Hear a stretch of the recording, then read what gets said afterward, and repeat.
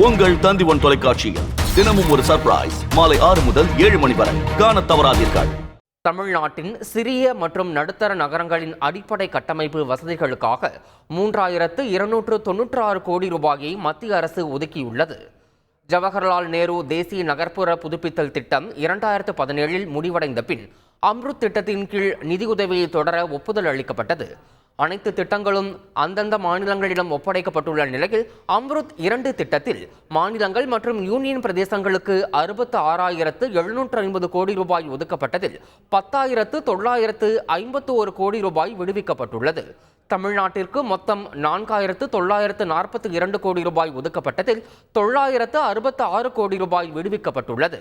தமிழ்நாட்டின் சிறிய மற்றும் நடுத்தர நகரங்களில் அடிப்படை உட்கட்டமைப்பு வசதிக்காக 3296.70 கோடி ரூபாய் ஒதுக்கப்பட்டு 656 கோடி ரூபாய் விடுவிக்கப்பட்டுள்ளது. இந்த தகவலை மக்களவையில் இன்று எழுத்துப்பூர்வமாக அளித்த பதிலில் வீட்டு வசதி மற்றும் நகர்ப்புற வளர்ச்சித்துறை இணை அமைச்சர் டோகான் சாஹூ தெரிவித்தார். உங்கள் தந்தி1 தொலைக்காட்சியில் தினமும் ஒரு சர்ப்ரைஸ் மாலை 6 முதல் 7 மணி வரை காணத் தவறாதீர்கள்.